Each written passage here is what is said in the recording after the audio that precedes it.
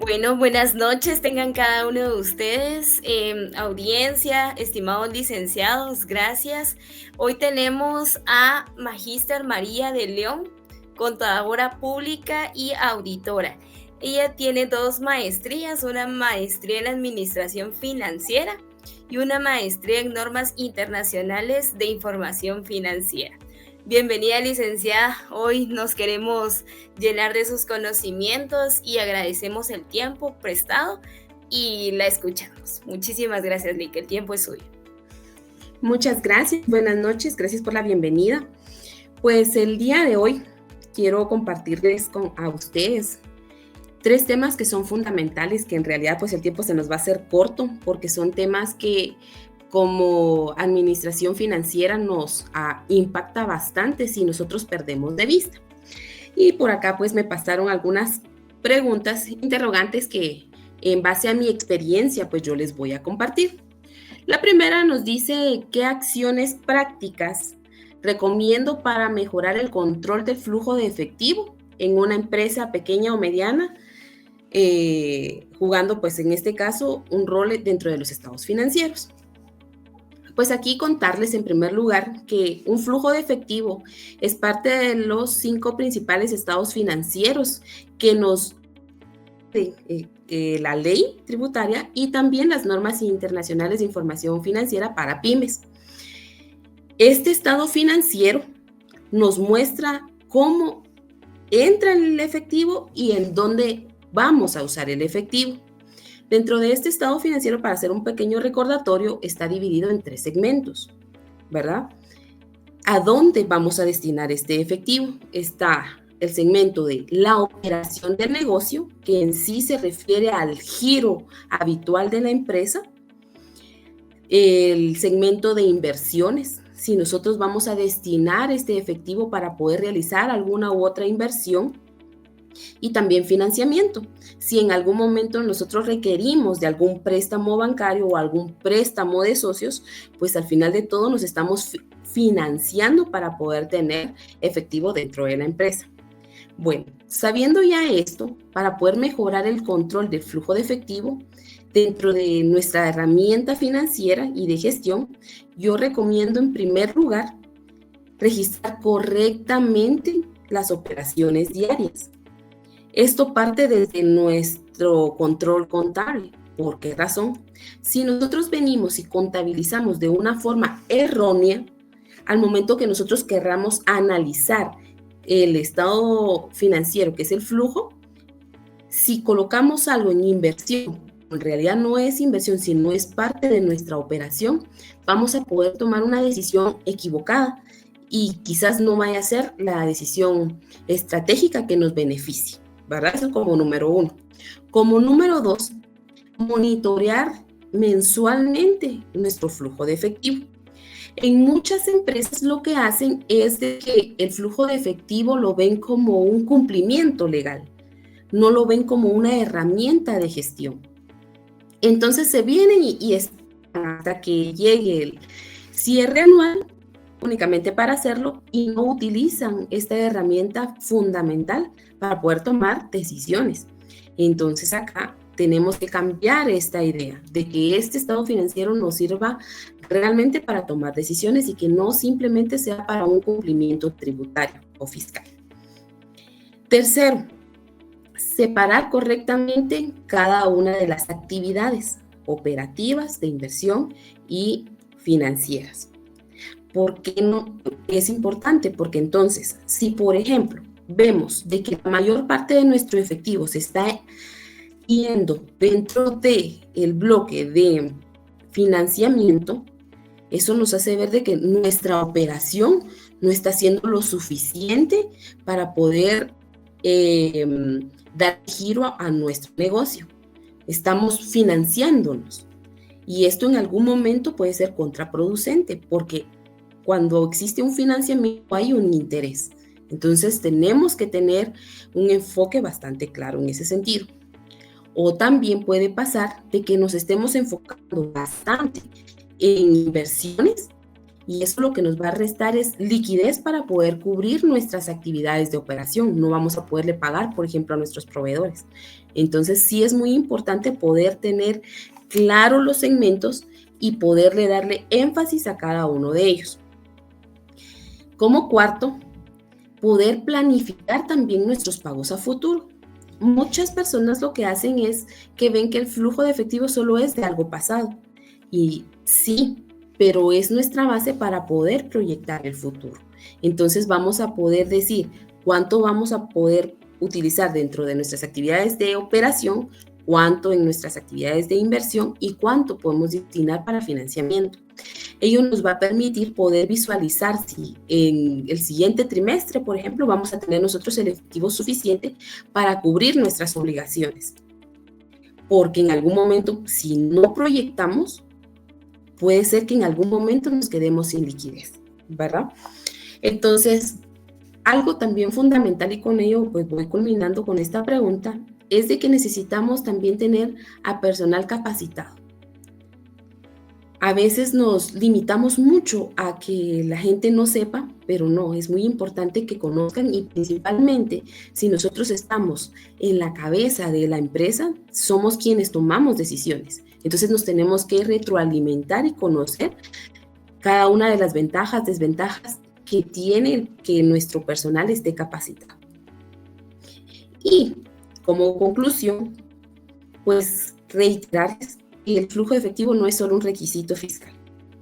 Este flujo de efectivo nos tiene que ser útil para los accionistas, para los inversionistas, para el propietario si es una empresa pequeña, y para tomar decisiones de forma oportuna, ¿verdad? Pasemos a la siguiente pregunta. Me decían que, en base a mi experiencia, ¿cuál es la cuenta que genera mayor riesgo dentro de nuestro balance general? Yo no me quedaría únicamente con una cuenta, sino yo quiero abordar dos cuentas. Las que yo veo que si nosotros no le prestamos atención nos puede afectar muchísimo y nos puede impactar de una manera considerable es la primera, cuentas por cobrar. Recordemos que las cuentas por cobrar representan dinero que aún nos deben por ventas que ya realizamos, por bienes que ya entregamos o por servicios que ya realizamos. Entonces, ¿qué riesgos puede tener si yo no le presto atención a esta cuenta? En primer lugar, es que los clientes no nos paguen en el tiempo oportuno. Entonces, nosotros les estamos financiando a ellos y quienes se pueden quedar sin liquidez vamos a ser nosotros. Segundo, si otorgamos créditos y no tenemos ninguna política establecida, en algún momento se nos puede convertir en una pérdida. ¿Por qué razón? Si nosotros venimos y no le decimos a nuestro cliente, mire, usted tiene 15 días para pagar, un mes para pagar, y si no, hay mora, si no lo hacemos, el cliente se va a tardar el tiempo que él quiera y entonces nosotros vamos a necesitar tener algún financiamiento para poder cumplir con nuestras obligaciones y eso nos encarece a nosotros tener que pagar intereses. Es un gasto adicional que no deberíamos. Y si el cliente aún así nunca nos paga, eso nos impacta porque nos va a generar una pérdida. Nos impacta también en nuestro flujo de efectivo, porque si nosotros tenemos una cuenta por cobrar muy alta, con clientes morosos, vamos a tener muy poca liquidez, entonces no vamos a poder cubrir nuestras obligaciones. Acá tomar en cuenta de que el hecho de que yo venda mucho, pero no me paguen, eso no es sano. Así como nosotros vendemos, tenemos que captar ese efectivo. Por eso hago énfasis mucho en las políticas contables que nosotros tengamos y políticas de crédito claras y establecidas con cada uno de nuestros clientes. Aunque nuestra empresa sea pequeña o mediana o grande, el impacto va a ser el mismo. La segunda cuenta que para mí es muy importante, porque aparte de todo está dentro de nuestro bloque de activos corrientes, es la cuenta de inventarios. Muchos creen que el hecho de que tengamos mucho inventario es tan beneficioso y no es tan así. ¿Por qué razón? Porque si nosotros venimos y tenemos mucho inventario, corremos el riesgo de que estos productos se dañen, se deterioren o se vuelvan obsoletos.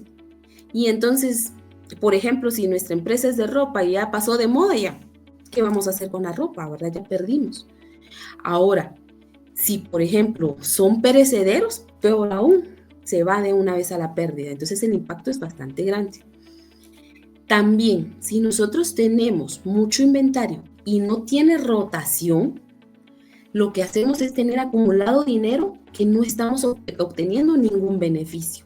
Nos ocupa lugar, nos ocupa un costo administrativo de la persona o del bodeguero que lo está manejando. Y tenemos ese dinero ahí que muy bien lo pudiéramos estar utilizando en poder vender más, ¿verdad? Entonces, para mí esta cuenta es bastante delicada porque a veces creemos que por tener mucho es mejor y no. Aquí nuestro control de rotación de inventarios. Ver a cada cuánto nosotros rotamos inventarios. Imagínense que tengamos un inventario que rotemos hasta una vez al año. Eso no es beneficioso.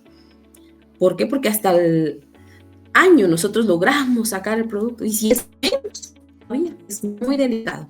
Y entonces eso en algún momento nos genera a nosotros pérdidas considerables que si no le damos el énfasis que merece, nos genera a nosotros totalmente una pérdida.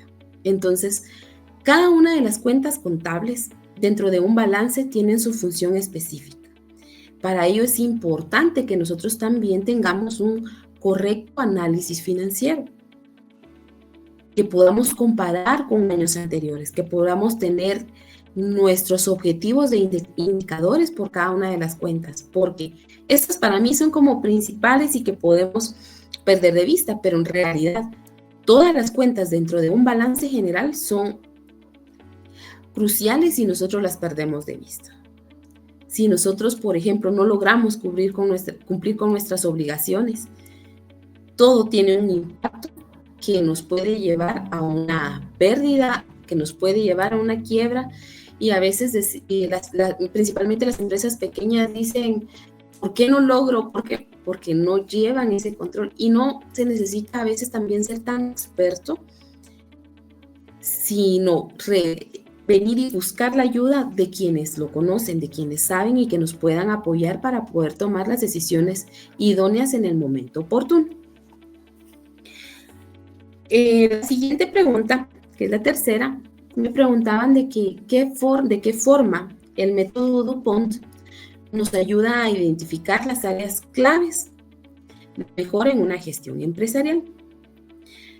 Antes de poderles decir para mí de qué forma, algo muy importante es de que el método DuPont lo que hace es descomponer para mí la rentabilidad en 3 partes que nos sirven para tomar decisiones claras y precisas.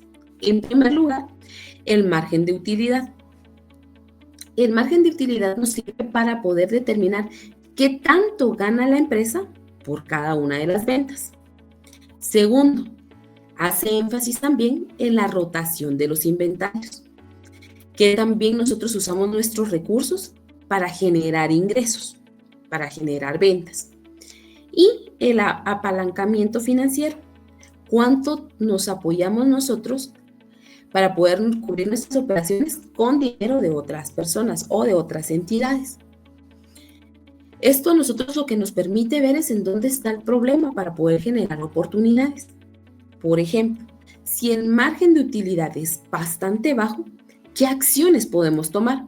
En este caso podemos decir, bueno, si el margen está bastante bajo, tenemos que ver si tenemos que incrementar precios, ¿verdad? Porque puede ser de que nuestros precios de venta sean muy bajos y nuestro costo bastante alto.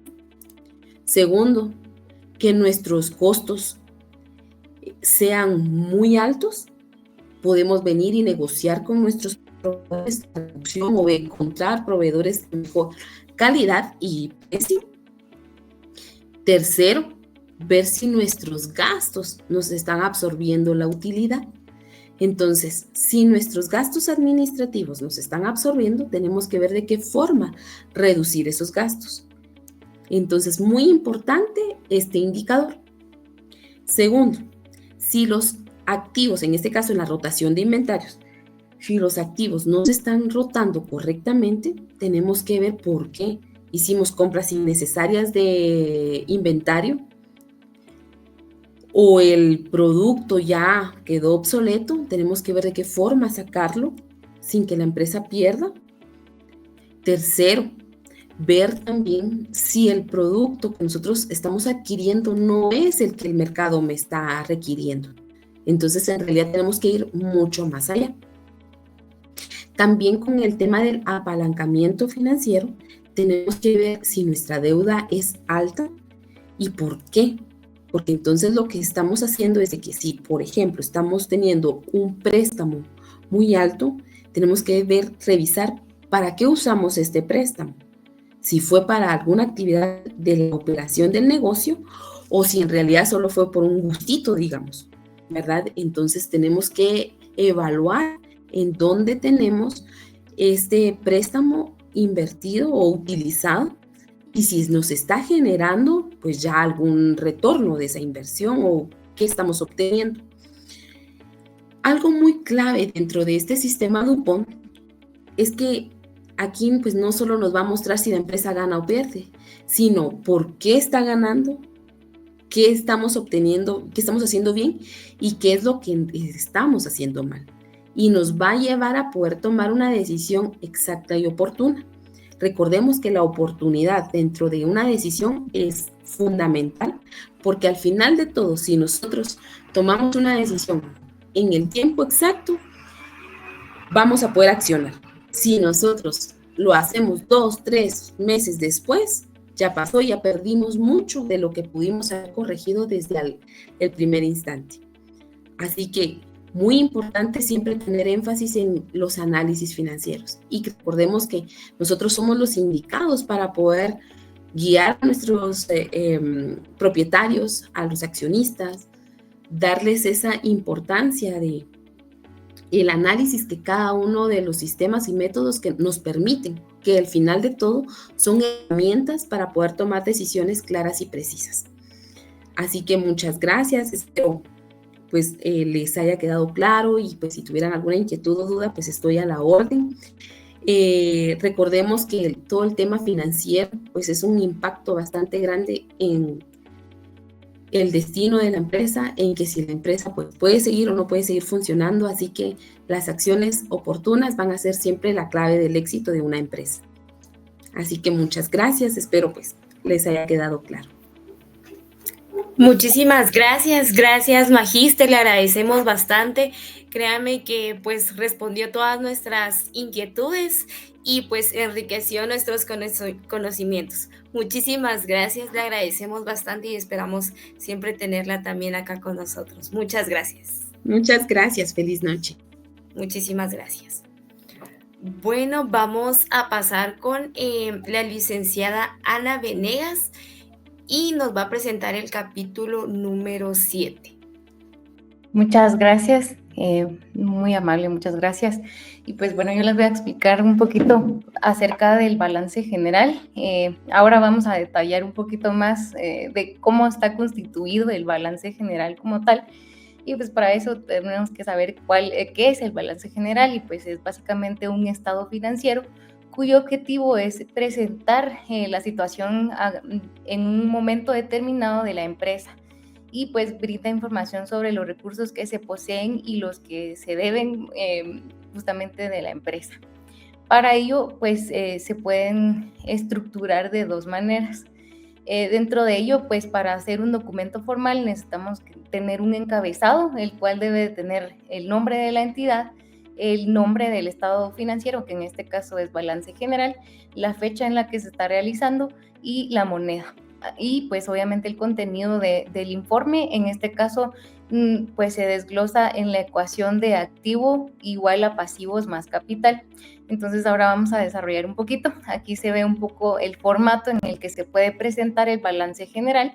Este es un formato en forma de cuenta representado en dos columnas, en tanto pasivos, en activos y pasivos, y en la parte de abajo pues también vemos el capital. Y este es otro formato en el que se desglosa verticalmente Igualmente tenemos pasivos, activos y capital contable. Ahora vamos a desglosar un poquito sobre qué es, ¿verdad?, cada uno de estos tres, que inicialmente hablamos de activos. Hay dos tipos de activos: activos circulantes y activos no circulantes.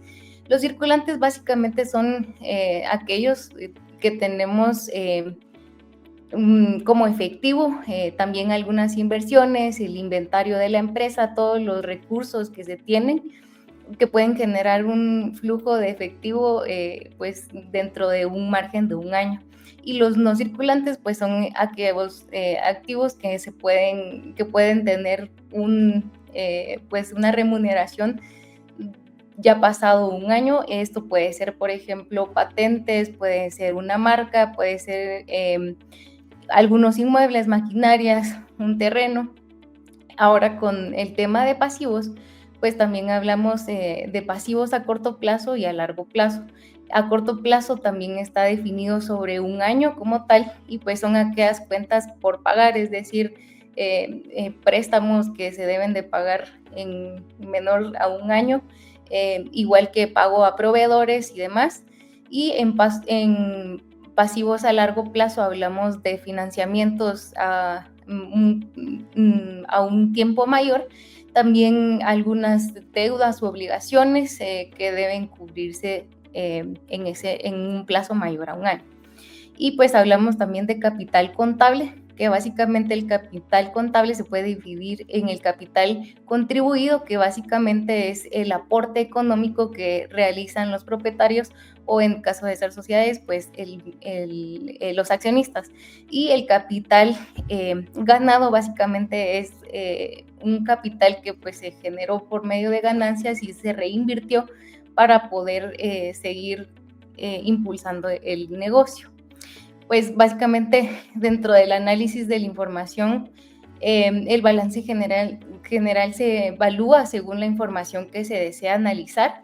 Una de las maneras en las que se puede realizar es calculando el porcentaje que representa cada cuenta para identificar la estructura financiera de la empresa y comparar qué otros periodos y analizar así la salud de cada empresa.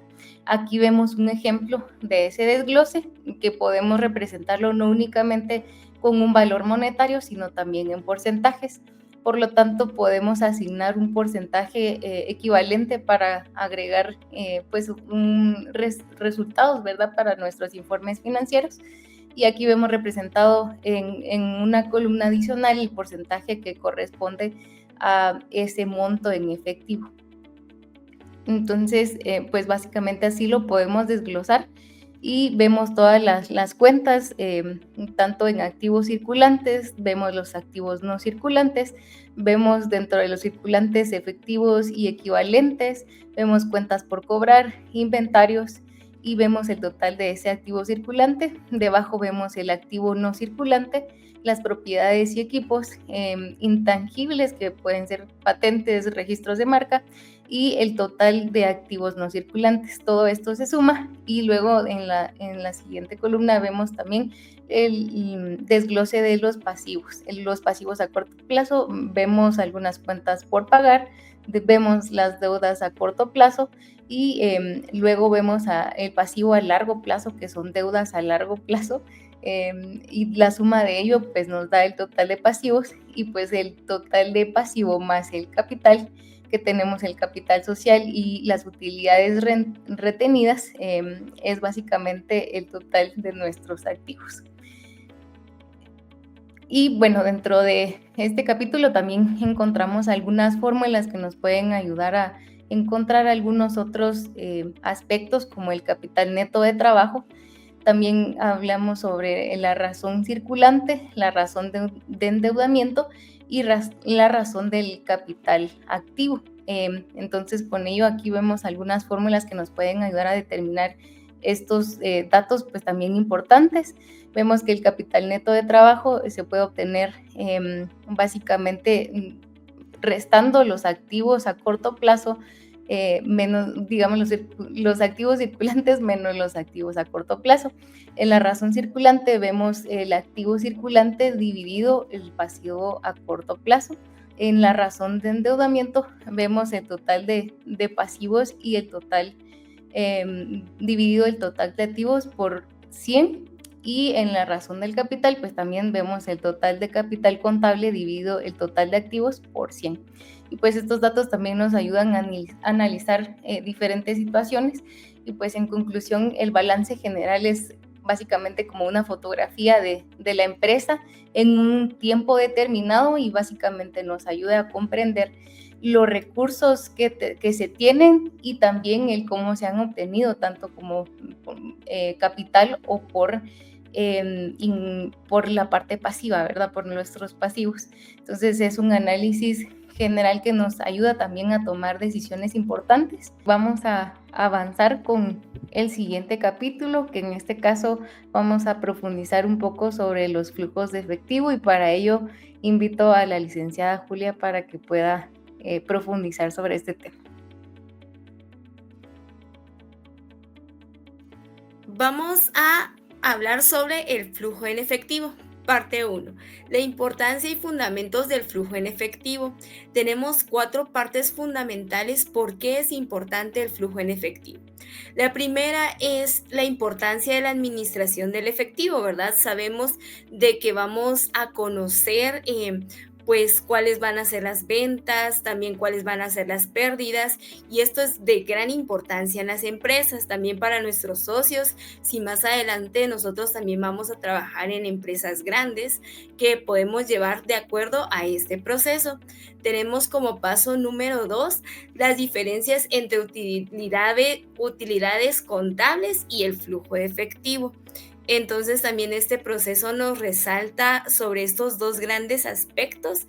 Tenemos el número 3, que son las fuentes de entrada. Vamos a saber cuáles son esas fuentes de entrada y también las fuentes de salida. El efectivo y las aplicaciones, todo lo que nosotros vamos a poseer también en la empresa.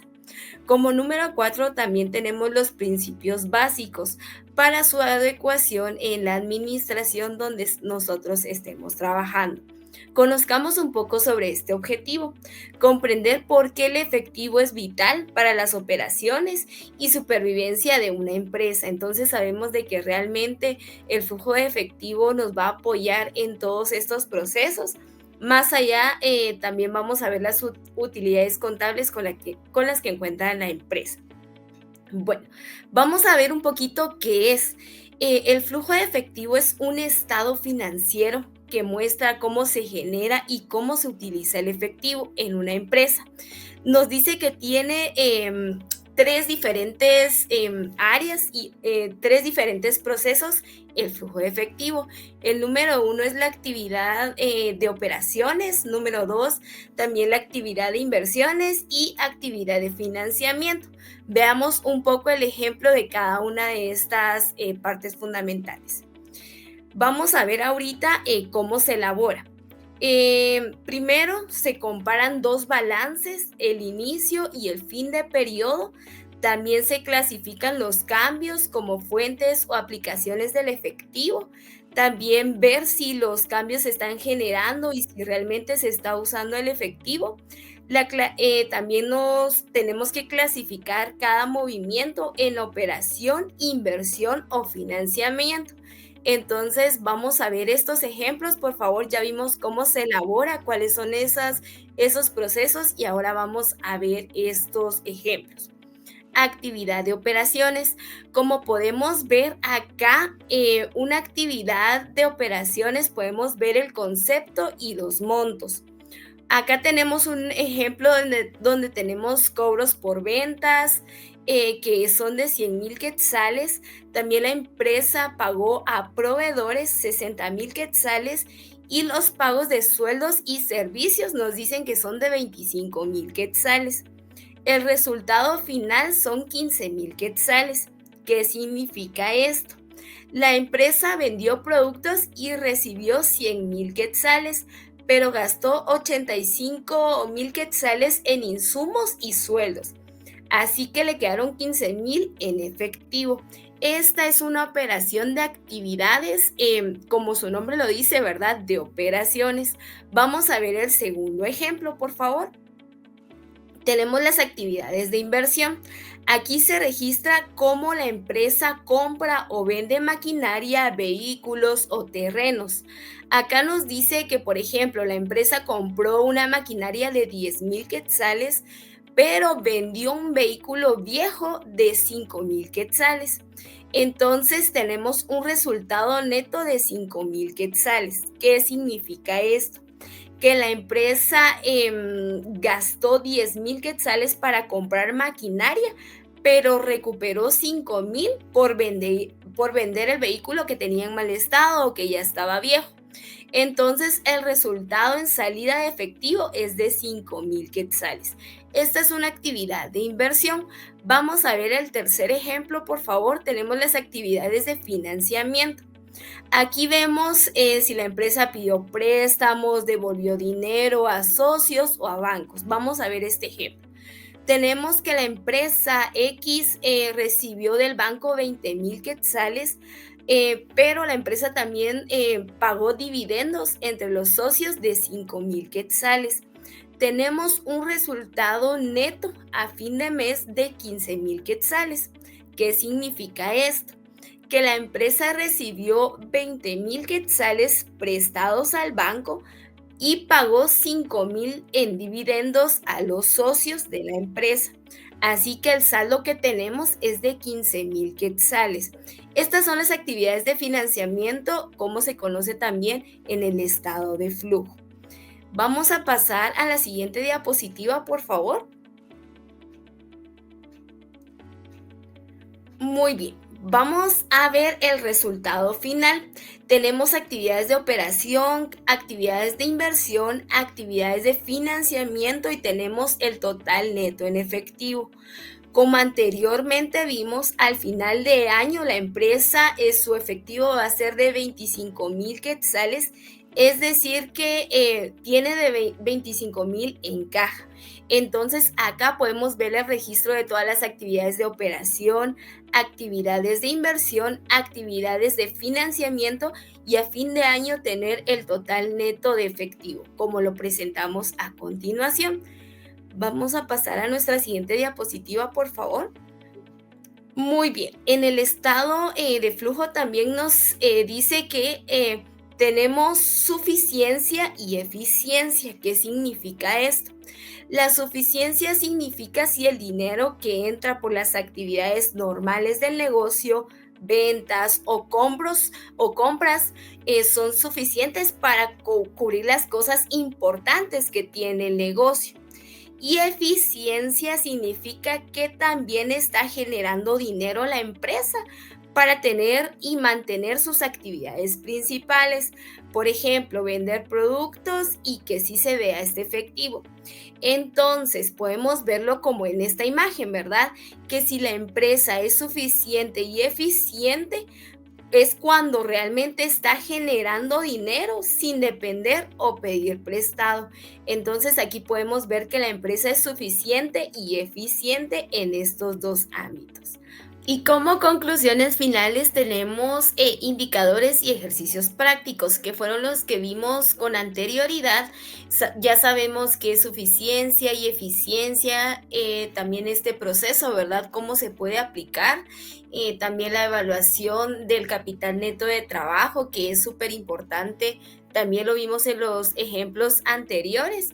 Y pues tenemos el objetivo final, ¿verdad? Aplicar los conocimientos a casos reales que nosotros manejemos también en las empresas. Sabemos de que muchos de nosotros trabajamos con diversas entidades y ya podemos manejar de una forma correcta este proceso.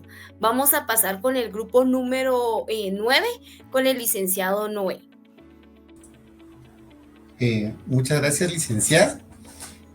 Pues en este último capítulo, pues vamos a hablar sobre la evaluación del desempeño. Pues, a continuación, pues vamos a profundizar en este tema que es fundamental para cualquier empresa, ¿verdad? A lo largo de estas exposiciones hemos venido abarcando diferentes temas que de cierta forma deben de ser como cruciales para una buena gestión y administración financiera de cada negocio. Imaginemos por un momento que una empresa es como un deportista de alto rendimiento. No basta con entrenar todos los días, realmente también necesita medir sus tiempos, ¿verdad? Su fuerza, su resistencia, por ejemplo, son parte vital para que tenga al final buenos resultados. Y ajustar su estrategia si algo no va bien también es necesario de cierto modo. Bueno, eso mismo ocurre con las empresas, ¿verdad? Deben evaluar cómo están haciendo las cosas, si están logrando sus objetivos y qué pueden mejorar.